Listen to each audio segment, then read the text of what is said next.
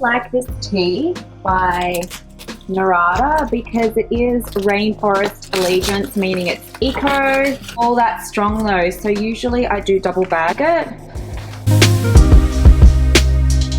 Hey guys, welcome back to my channel. If you haven't already given me a thumbs up and a subscribe, you will see all my updates to come. So I know a lot of you probably think, well, how can she be such an animal activist that she is?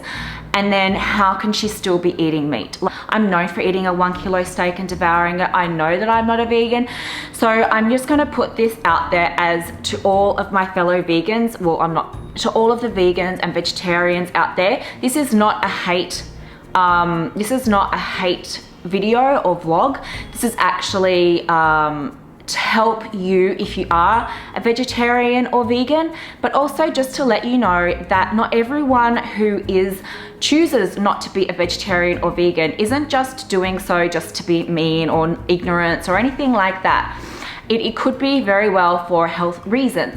Now, some of you may know, but probably don't know, actually when I was 13 until I was 19, by choice, I was a vegetarian. Yes, that's right. I was a vegetarian. I could not look at a piece of meat without seeing the animal on top of my plate.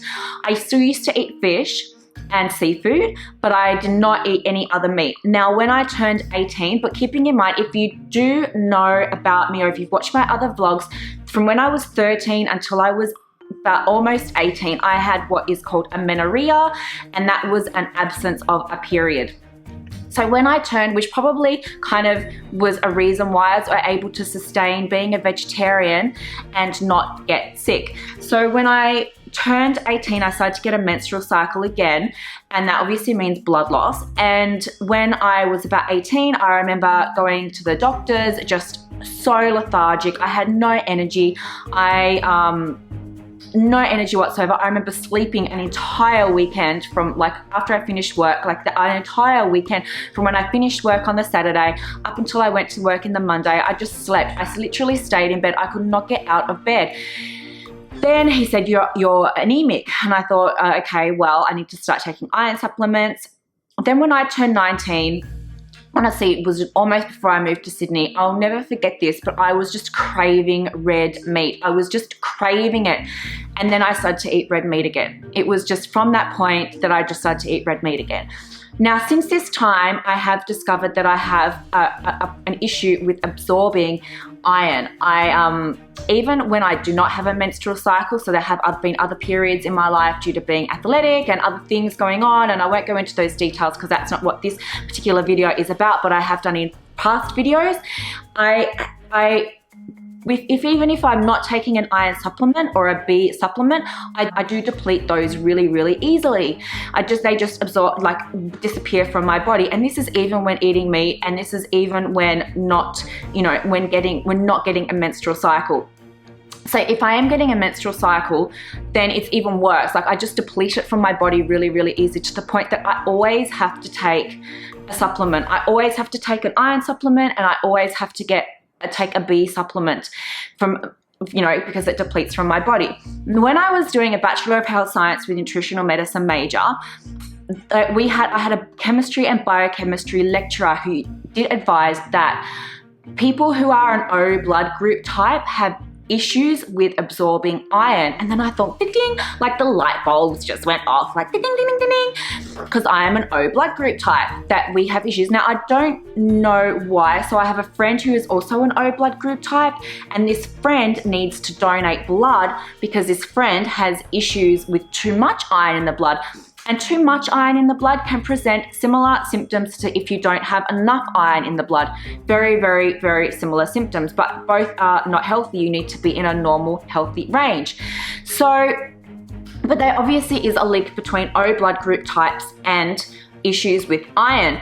So this kind of all made sense to me, to the point like I take iron all the time. Like I take it, and when you're taking an iron supplement, make sure you don't take it with your other vitamins or with other food. Take it separately, because iron can inhibit the absorption of other irons. And if you're selecting a multivitamin, try to get one that is iron free so that it doesn't affect the absorption with the other nutrients, in particular with calcium. Calcium will not absorb if you are taking it with an iron supplement. And then take your iron supplement at a separate time.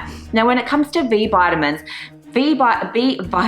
are especially in meat.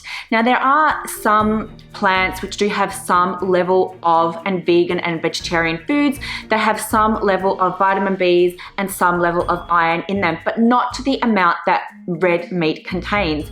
So, I get also, because I'm on the, because I'm also pre-diabetic, which is insulin resistance, which is a gene, I'm also on metformin. This will prevent me from getting heart disease and strokes and type 2 diabetes in the future. So I am on metformin, extended release, and I have been on this for years and years and years. It has cleared my skin. It's helped me maintain my weight. It's helped with my cholesterol levels. It's helped me in all round general well-being. So many benefits to it. But the negative of this medication is that it will also deplete a B12 store. So I go to my GP every 3 months and I get a B12 injection. Now, these B12 shots, you can, if you're in Australia, you can get these over the counter at your pharmacy. So if you just walk in and you go, hey, I want a B12 shot, they'll give you the vials, and there's inside here, there's 3. I've already had one today. So there's 3 usually in there. So what you need to do is, if you are on metformin, or you are a vegan, or you are a vegetarian, you need to check your iron and your B levels regularly. And then if you are, obviously deficient in these, you need to get that checked. Now, B vitamins, like a B12 shot, it's going to help with your metabolism of many things. It's got to do with your energy production, but these are absolutely fantastic. I feel my energy levels just go woof as soon as I get my 3 monthly shot, because it depletes so quickly out of my body because of, being an O blood group type, and also genetics as well. It's very common in people who are of a European heritage or a Hispanic heritage to have a gene that contributes to malabsorption of this as well. And in fact, that some of you may also need a methylated form of B vitamins and folate and methylated iron. So you also should do a blood test that is for the MTHFR mutation gene. And MTHFR is in some, like 2 of the chromosomes, or actually a lot, but 2 in particular, the chromosomes, and you may have a mutation gene of that. So and all it will basically mean, it's so common, is that you have issues with absorption of folate, B9, B12 and iron. And if this is the case, you need to see a doctor, and then maybe go see a naturopath and get a formulation just for you of your Bs and your iron that is a methylated form, because the methylation process turns the B12s and B9s into what is absorbed in the body. But people with this mutation gene, and it's just a mutation of, like, everyone has I believe everyone has MTHFR, but if you have that gene, it's mutated and you can't methylate it, so therefore you can't absorb the regular form. You need to have a methylated form. So this is another blood test that you would do too if you're presenting any symptoms, and also if you are vegan, especially if you're vegan or vegan or vegetarian. So anyway, this is the reason why I will not become vegetarian or vegan, and it's not because in any single way that I don't believe in uncruelty to animals. In fact, I do try and always opt for cruelty-free. I try and avoid meat products. Even when I go buy my meat, I make sure that it's bought from an RSPCA authorized butcher. So it has, been obviously done in an anti-cruel way, especially the chickens. I know that Coles chickens are all RSPCA approved. Chicken isn't a really good source of iron too, by the way, guys. But the eggs, I try and buy free range eggs, not the cage eggs and everything. But if so that sometimes people aren't vegetarian or vegan because for a medical reason they cannot be vegan or vegetarian for whatever reason. And this is no disrespect to people of certain religious groups, because veganism actually originated from the Hindus, because Hindus are generally vegetarians. This has got to do with, some people we just can't because of medical reasons. We need our red meat, we need our iron, we need our B12, we need it for metabolism and energy synthesis. But and also for the males out there, if you are a vegan or a vegetarian, you also need to check your hormones regularly, because a lot of the vegan and vegetarian food is very, very high in estrogen. Tofu is very high in estrogen. Now, if you're a male and if you're on a lot of estrogen, your estrogen levels are too high, you could start to develop breasts, you start to develop breasts, and you don't want that. You also have issues with your weight. So it's a good idea, as well as getting those blood tests done, please also check your hormones. And women, also check your hormones consistently as well, because too much estrogen in the body can be linked to breast cancer. So it's a very good idea, if you're thinking about becoming a vegan or a vegetarian, please consult your healthcare professional before doing so. Don't just take it on as if you're gonna take on that lifestyle decision for you, and then without the correct medical guidance throughout it, because we are meant to be eating meat. If we look at our our teeth, in the back of our teeth, we have teeth there which are meant to be eating meat.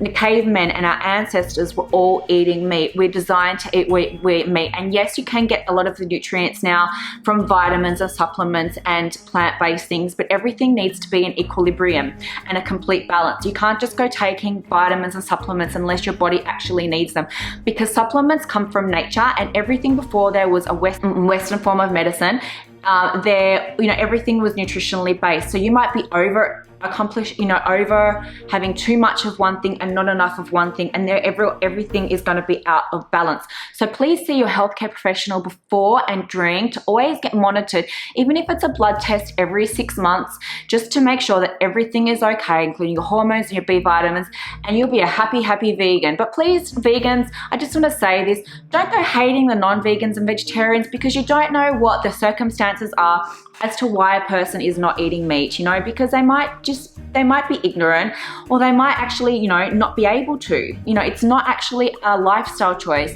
that is okay for everybody. So that's out, guys. That's my little tip for today for the vegans and vegetarians out there, and peace out to all.